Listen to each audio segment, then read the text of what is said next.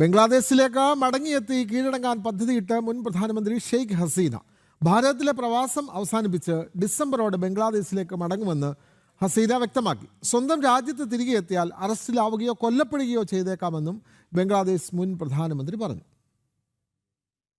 Awami league അംഗങ്ങളോടൊപ്പം സ്വമേധയാ കോടതിയിൽ ഹാജരാകാനാണ് ഉദ്ദേശിക്കുന്നതെന്നും ബംഗ്ലാദേശ് മുൻ പ്രധാനമന്ത്രി വാർത്താ ഏജൻസിയോട് വ്യക്തമാക്കി. തന്റെ പാർട്ടിയായ അവാമി ലീഗിന്റെ നേതാക്കളും പ്രവർത്തകരും കടുത്ത അടിച്ചമർത്തലിന് വിധേയരാവുകയാണെന്നും ഷെയ്ഖ് ഹസീന കൂട്ടിച്ചേർത്തു. മരണം വന്നാലും എന്റെ സ്വന്തം മണ്ണിൽ വരട്ടെ എന്ന് പറഞ്ഞ അവർ മാതാപിതാക്കളെ അടക്കം ചെയ്തതും അവരുടെ രക്തമൊഴുകിയതും അവിടെയാണ് എന്ന് കൂട്ടിച്ചേർത്തു. 2024 പ്രതിഷേധത്തെ തുടർന്നാണ് അവർ ഭാരതത്തിൽ അഭയം തേടിയത്. പലപ്പോഴായി 20 വർഷത്തോളം ഷെയ്ഖ് ഹസീന ബംഗ്ലാദേശിൽ പ്രധാനമന്ത്രി പദത്തിലിരുന്നു. നവംബറിൽ ബംഗ്ലാദേശിലെ കലാപം അടിച്ചമർത്താൻ ഉത്തരവിട്ടെന്ന കുറ്റത്തിൽ അവർക്ക് വിചാരണയില്ലാതെ വധശിക്ഷ വിധിച്ചിരുന്നു. അതേസമയം ഷെയ്ഖ് ഹസീനയ്ക്കൊപ്പം ബംഗ്ലാദേശിലേക്ക് മടങ്ങുന്ന നേതാക്കളിൽ താനും ഉണ്ടാകുമെന്ന് അവാമി ലീഗ് നേതാവ് മൊഹിബുൾ ചൗധരി പറഞ്ഞു.